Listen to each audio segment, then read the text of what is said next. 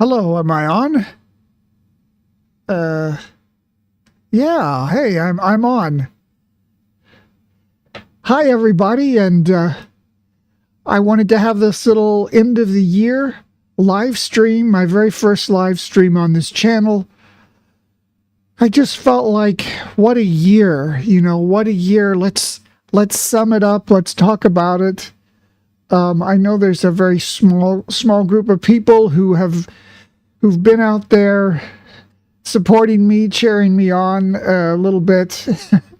And I really have done this channel and adding the context to the news just to have fun and to put things in perspective, so I don't get so nervous and have so much anxiety about everything. And because I find that thinking about what we're being fed by the media really helps that. So let me just had some notes here. So as we've seen, this has been another wild and crazy year. I've been using the Drudge Report to look at the headlines, to talk about them, to see some of the trends and talk about the background to some of the things. We have the big things that are happening now, which are moving forward with the elections. The attempt to see if Trump can be unseated as a candidate. And you see, not only foes of Trump wish that, but people within his own party secretly and quite openly are pushing other candidates, like first DeSantis, and he kind of failed, and then now Nikki Haley. So these candidates are being pushed by the more establishment Republican side to maybe put someone in a little more acceptable, a little more less error prone, a little less unpredictable than Trump. And on the Biden side, if they do get a Nikki Haley in there, the calls for a change on the Biden side will be greater as well, because despite the media sort of downplaying Biden's many gaffes, he's clearly kind of senile. We see the articles in the newspaper saying, well, he's 81 years old, and some people are saying 81 is too old, but Trump's only a few years younger. Of course, that's all not true. That's a straw man that's being put up by the media. People aren't saying 81 is a number too old. They're saying clearly, from what we can see in the media, he seems a little dotty, but I think to quite a few people, he seems to be a more reasonable alternative to Trump. However, gosh, what a choice. It's the same kind of choice we had in 2016, where you see such an unlikable character like Hillary Clinton, who I didn't dislike as a candidate, but she's obviously very unpersonable, the exact opposite of her husband, against a wild man like Trump. Is our country, our culture, these are the best two people we can put up. Then having to bring back Biden to unseat Trump, two more, again, not good candidates. And if we come up against Biden and Trump again this coming year, we'll have the same sort of situation. It is a kind of maybe indicative of a decay of both of the major political parties in the country. Very worrying. And one of my things I predicted in before they started disqualifying Trump from some of the primaries was, it seemed like that thus far none of the other primary challengers was going to be able to unseat Trump as we go forward into next month. Tomorrow, January, and in January the primary season starts with the Iowa caucuses. So we're going to see very quickly who, if Trump can be knocked out of the race. That's a big thing that's been happening. It's a big thing that's coming in the future. And the other thing we have are the wars and the rumors of wars. We have the war of Russia and Ukraine. We have the situation in the Middle East, where Hamas, that had taken over the Gaza Strip from the Palestinian Authority, came over and massacred tons of people. Now Israel went in there and Israel is sort of losing or has lost the propaganda war in the wider world. And this is the first time we've seen in the, we would say, liberal Western democracies of Europe and the United States, a huge pushback against Israel, America's Israel policy. And I haven't seen that in my lifetime, really. And what's behind that? Whether it's organic, some people say China is manipulating the stupid young people through TikTok. Who knows? But there's a lot of very uninformed, not just anti-Israeli, but anti-Jewish sentiment out there that is rearing its ugly head. I'm not the first or only person who said it. I never thought I would see that in my lifetime.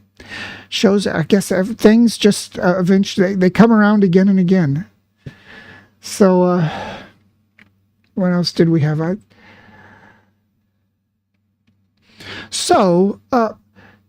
This was something very interesting, and it relates in something I'm trying to sell this year, some of my books.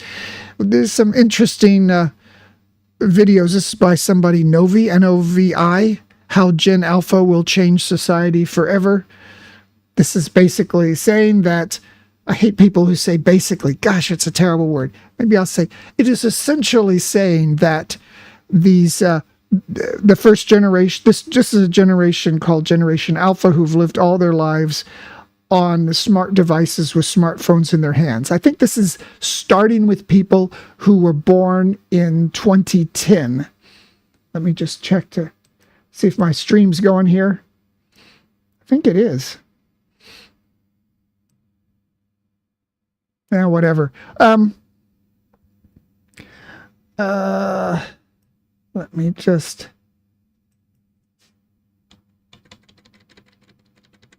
Okay, I'm still going.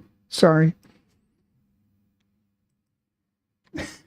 I'm running this through OBS, through YouTube Studio. It's I guess it's not that complicated once you get it set up, but it is tricky to make all this work together. But Generation Alpha, and this is positing that these young people are being controlled, manipulated by the big corporations, and it's going to be the most mentally ill group of young people ever, and it's a big experiment that we're raising these kids on screens with little snippets of, well, you've seen TikTok, right? It's little snippets of garbage to catch people's eyes and just get them scrolling.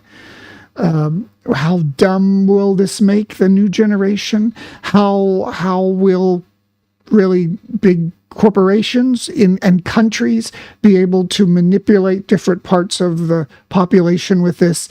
We perhaps, like I mentioned before, we may have seen this with an attitude that came out of nowhere against not only Israel, but Jews, and riots against the Jewish people running in the streets in New York away from mobs of people. Now, this may be the case that this will happen, but on the other hand, this could be an idea. This could be a symptom of this fallacy where every trend goes off and on out to infinity, and that's really not the case because you have a blowback. For instance, maybe in the 50s we had the plastic fantastic era. And everybody was in suburbs, and there was a great height of propriety. This was a post-World War II generation and their kids, and it was thought that this plastic fantastic world, this corporate world, this people going off, living in suburbs, going off to the cities with their briefcases, everything just very strictly the way it should be, would go on forever. That very kind of tight social conservatism. But what happened, it didn't go out forever. I remember I saw some futurist predictions where it showed, like, oh, by 1969, your whole living room will be made of plastic, and the woman of the house, still dressed in a kind of 50s dress, there's a cartoon of her, she has the hose, she's spraying all the interior of the living room with water because it's all plastic, it's going to drain away. and then the room will heat up, and all this technology will go out to infinity. But that's not what happened, of course. In the 60s, we had a blowback where we had hippies and we had people who were embracing a more natural lifestyle. Some would say a more mooching lifestyle, not wanting to work, not wanting to cut their hair, growing beards. And of course, I've read lots of things that said this is all just because of the Vietnam War and the way that was conducted, and that 18-year-olds were not able to vote, but they were still being drafted into it. Whatever it is, it shows that all these trends go back and forth. So now I've been saying something like this as I've been trying to sell my new book, There Are Still Unknown Places. And I've been saying this for months, and here I saw just the other day, this article is saying the same thing that I'm thinking. Now, not enough people see my videos that I would think anyone copied me, but someone just had the same good idea that I did. Here we have, see, a strange romantic backlash to the tech era looms. Is that any bigger? I think that's about the same. Might as well leave my head big in the frame. See, empiricism, algorithms, and smartphones are going to be out. Astrology, art, and a life lives fiercely online are in. And this painting, I even have this printed out, hung up here on my wall.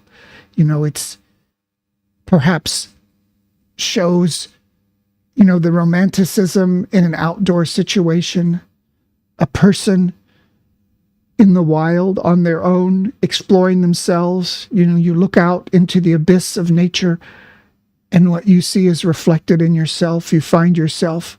So this is the idea, maybe again like the 60s, where they said, tune out and turn on.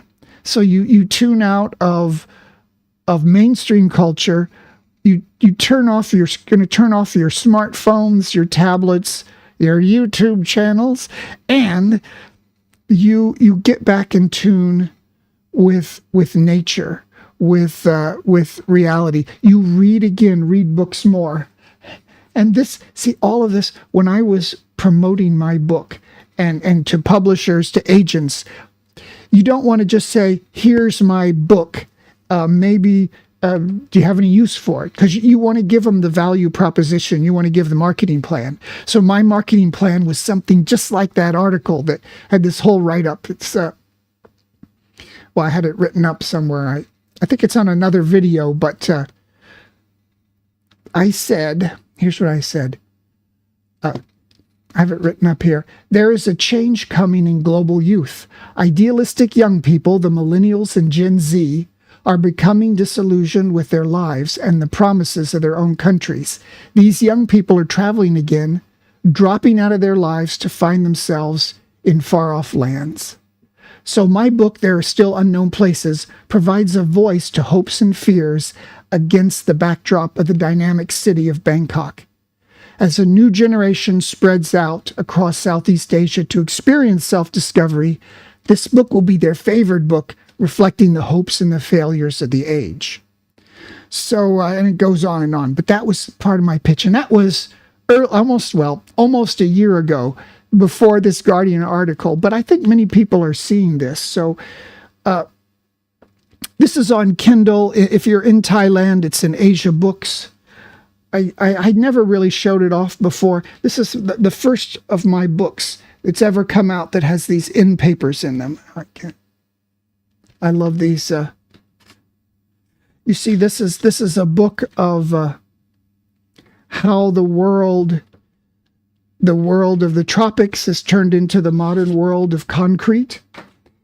And one of the motifs in it is the mosquito. So I've got this embossed mosquito right there on the cover. And this is, well, a theme as well about how the formerly swampy lands have been tamed and turned into farmland, sectioned off areas with big concrete posts holding the power lines, a man terraforming the world, how this impacts the people that sees their their land changing. And then the mosquito is something about how the mosquito is something that does something that attacks man, and man has to fight against nature, yet man is a part of nature as well. So this is my book, and I follow a group of people, both foreigners, like Westerners who've come into Thailand to live, and also Thai people who live here of various ages, of their struggles, how they see the world change, how prosperity of these modern cities is a tide that raises all boats, yet sinks some. So with this, I'm trying to combine the mundane and the mystical, the everyday and the epic. And this is supposed to be a new novel for a new generation, where there's fortunes and mysteries, and the concrete world collides with the spiritual. So I'd love it if you happen to read it. Leave a review or let me know what you think about it. I worked really hard on it, and I was surprised and thrilled to see the same sort of... See, this was just a couple days ago, December 28th. And I believe this is the next trend. And I pointed it out very early. Maybe someone else had as well, but it is interesting to see that. And even a little before that, earlier in the year, I came across this article where it says these young people are burned out. They quit the rat race to travel. Again, that was exactly what I was positing. I know, my book, if you know Paul Bowles, he's one of my big influences, and he wrote The Sheltering Sky, which was the famous backpacker book. And when I first started to roam around Asia in the late 80s, early 90s, that was a book that everybody had. It was still sort of the tail end of the hippie era, at least in Asia, for the people that lived there. The leftover hippies that had been drummed out of yuppie America, the yuppie West. So everybody had the book, The Sheltering Sky. It's a depressing book, but it's ultimately a book about people who are pressed out, forced out to the edges of the world, both to find themselves and to lose themselves, and people who think that maybe they're just no good, that maybe they just have to continue on and on outside to the edges of the world. And so it is interesting, again, that you may see this happening. And now, it could be that people will only do this to post pictures on their Instagram of the exotic places they go. But I think it's going to be deeper than that. And I think we're going to see people burned out on the online world, on social media, on just horrifyingly negative things like Twitter. I think that's a trend we're going to be seeing going forward. And as long as I was talking about books, this is my other book.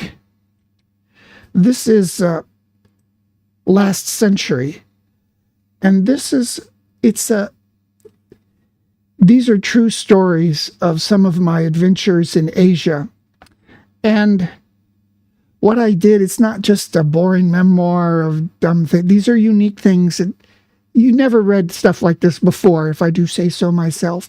And what I've done is I've tried to use the discipline of the short story to write memoirs. Now, a short story is not a short story just because it's short. It's short because it's called a short story because it's a certain kind of literary genre where every detail in the story, from beginning to end, relates back to the theme of the story. And as much as I could with true stories, I tried to apply that. The best example of that I can give from a story maybe you've heard about is, I think it's called Indian Camp, a short story by Ernest Hemingway. In general, I don't like Ernest Hemingway. I like more flowery language. I like more beautiful language that tries to be lyrical, which you will see. But his stories have good examples. So in Indian Camp, in the very beginning of the story, there's the kid who's going out to the Indian camp on the island, and he's sitting in the back of the boat on his father's lap. His father's holding him. Then a lot of horrifying stuff happens on the island, which is not quite explained, and the kid's not going to understand it. But when he's going back, he's seen so much he's described as standing in the front of the boat on his own. So that's just a small detail, but that is the discipline of the short story, so that every little detail fits into the theme. And in this case, the young boy who went over to the island as a little kid in his dad's lap, and he's coming back standing up on his own because he's seen some stuff. That's what the short story is. That's what I've tried to do. Had many crazy adventures here. Last century. And the design of the book, it's supposed to look like a book in the typology, the typeface and everything. It's supposed to look like a book like from the late 1800s, almost as if it's a book from 1899 and, the last century is the 19th century. But when I was writing this, I thought, isn't that interesting? I can say I remembered last century. So these are tales from last century, before the year 2000.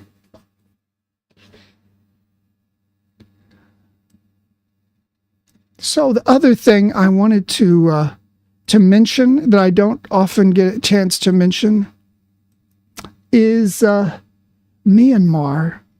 Now, I don't know how many people follow Myanmar. They're not really that important a country.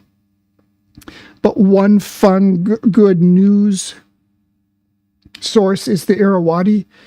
Now, it's a dissident news source that's a kind of cheerleading a lot of the stuff that's going on against the military rulers over there that had a coup a few years ago that unseated the very nascent democratic government, semi-democratic government that was in place there. And since October 27th, in a big operation they call 1027, all of the little ethnic areas around Myanmar, which is a huge, huge place. I think it's about the same size as the U.S. state of Texas, perhaps a little bigger. All of the areas, the ethnic groups, have been winning big battles against the government, the military junta there.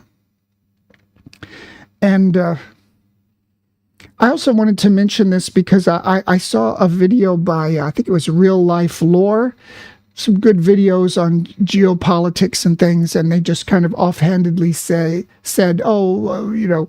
Myanmar is important to China as a strategic place to move in oil or gas through Myanmar, through the pipelines to China. It's a critical spot in case there's a conflict in Taiwan and the U.S. cuts off China entirely from the rest of the sea. And it is true that the military junta has some big deals with China for some big ports along its coast. However, the other reading of it is that China has been cooperating with some of these regional powers within Myanmar to help take back some of the border regions along the Chinese border from central rule. And this is because some of these groups, they've always been hostile to the central government, especially the military one and their repression. However, because they're kind of up against China, and if China doesn't want to help them, they really don't have access to other parts of the country or other ways to bring in arms. So their sudden military successes, and this shows I can't see. The one problem with the Irrawaddy is they should always have maps of exactly what they're talking about. They do it occasionally, but they're doing it from the assumption that the average person knows about the states, the regions, the administrative areas of the country, which nobody does. So this kind of shows some of the areas where there's a lot of rebel activity, and there's a smaller and smaller area where the military government holds sway. And the rumor is that China allowed weapons in, and perhaps coordinated with some of these regions along its border. because they were frustrated with the military dictatorship that refused to cooperate in closing the big scam call centers that were operating within Myanmar, targeting Chinese consumers. Of course, it would not be sensible to think that China would want the military, the central military government overthrown. They got a lot of deals going, and probably neither would the U.S. And you see quite a lot of articles like this popping up because already some of these areas of Myanmar have started their own constitution, their own governments. There's, different groups of the military that have defected. So there's some already autonomous regions that are growing up in the outskirts all around in Myanmar. But the foreigners, the U.S. or China, they're just say, oh, well, that's fine, but everybody's got to agree that we're going to have a shared vision of federalism, which means you're going to still have one government that's going to deal with foreign policy, trade, overseas trade agreements. Because if Myanmar broke up into a bunch of constituent states that were really independent, then it's more difficult for either side, China or the United States, or maybe even India someday, to make deals with them. You might have one little state that has a deal with China, and then one little state that has a deal with the U.S., and you have this constant internal problem. Some people sometimes compare Myanmar to Yugoslavia as a conglomeration of too many large groups of ethnicities that are conglomerated together. And in Myanmar, you have the actual geography that allows different cultural groups with different languages to grow up, and it's very difficult for a central government to pacify that if those areas don't want to be pacified. And one other. So since the thing they call 1027, which is was October 27th when there was a big coordinated move by all of these groups to act against the military government. Oh, okay. Here is a better map. I should have had this up. So here we have Myanmar. Now Thailand is right here, the top of Thailand. So really, most of Myanmar is even north of Thailand, and you have the capital here in the middle. And there were some just reports earlier this month where in some case there's only one big road that connects Yangon with the military capital, and the rebels were coming across and perhaps cutting that off. So it's unclear whether road transport between the two big cities is still even possible. So I try to just talk about the big headlines on my channel, but this is interesting. It's interesting to me. It's a fascinating country. It's one of the ends of the world. And, I was always fascinated by the fall of Saigon, the fall of Phnom Penh. And I thought, I hear the stories and they're supposed to make you terrified of war and all the anti-Vietnam War movies. But when I was a kid and saw those, I thought, wow, that sounds like fun. I'd love to be there. I wouldn't want to fight in the front lines in Vietnam, but I would like to have been stationed in the country and have that experience, or be in one of those cities as they fell. Very terrifying. And it seems like it would be interesting to be in Yangon. Could it ever be possible that all of this rebel activity could result in an overthrow of the Myanmar military? Probably not. No, as I explained before, all the great powers would want the federalized state. And that's Myanmar. Of course, you never hear this in the media, about this country in the media, and it's because Myanmar made the great mistake of not developing nukes. They started to in the early 2000s, and there was a deal, and democracy came in, and they stopped. If you want other countries to pay attention to you, you got to have nuclear weapons. and the countries that get rid of them, like the Ukraine, depending on Western assurances.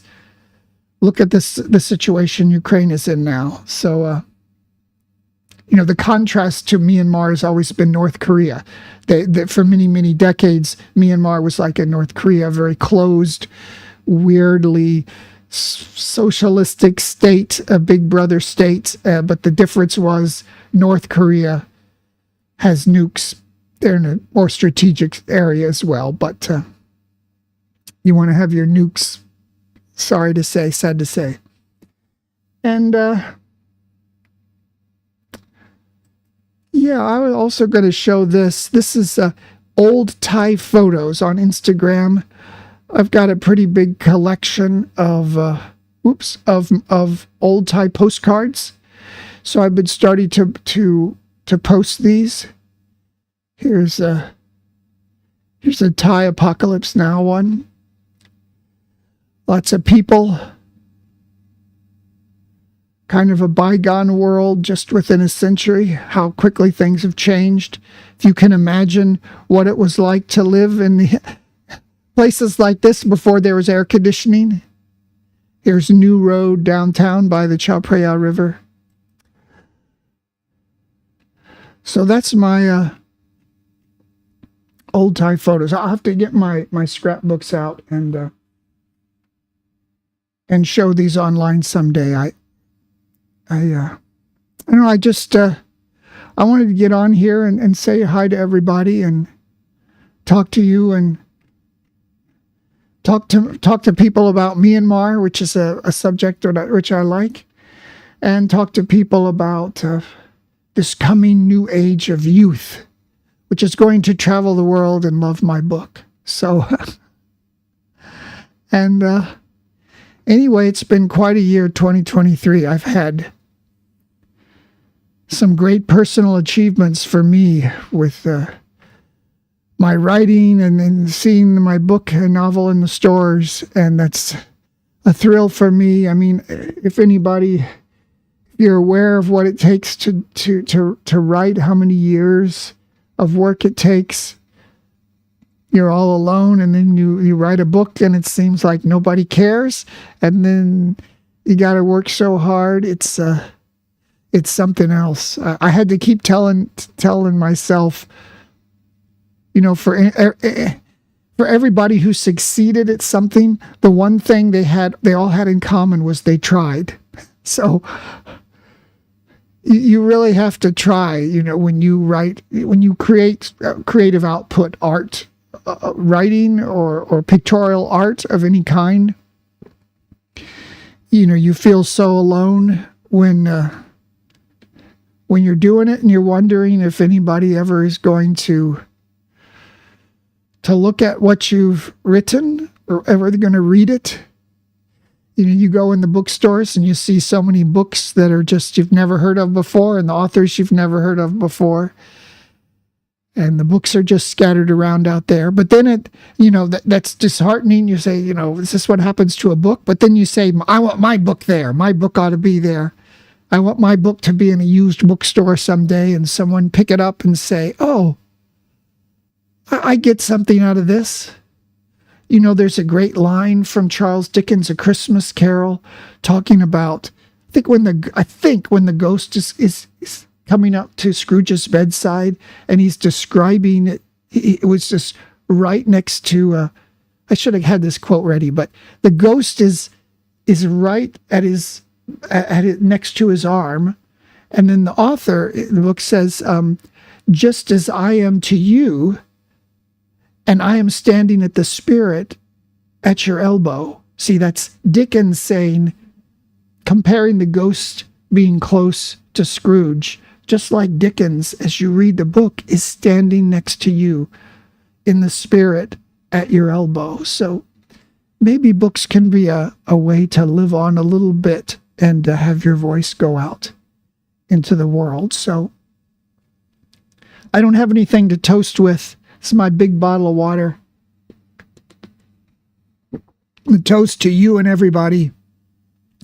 I hope I put out these videos giving some context to the headlines, because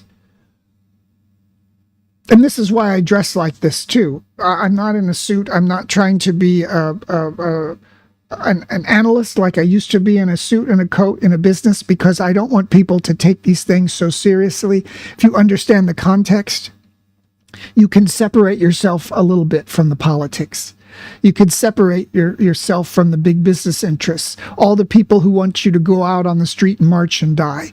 Just observe the news, and if you know the context, the bigger geopolitical picture, it might make us feel better. And I try to do that every day if there's enough news, and put a little context and commentary with what's going on, and it might make us feel a little better and not identify so much with stuff that's happening in the news that people are telling us we're supposed to identify with. This is going to get a lot more in next year's elections. Count on it. So please like and subscribe to my channel. I would love to get some more subscribers, and comment if you're interested in it. Buy my book and let me know. It's on Amazon and Kindle and in bookstores. So let me toast to you and say, have a happy new year. And we got through another year, and next year's going to be fantastic.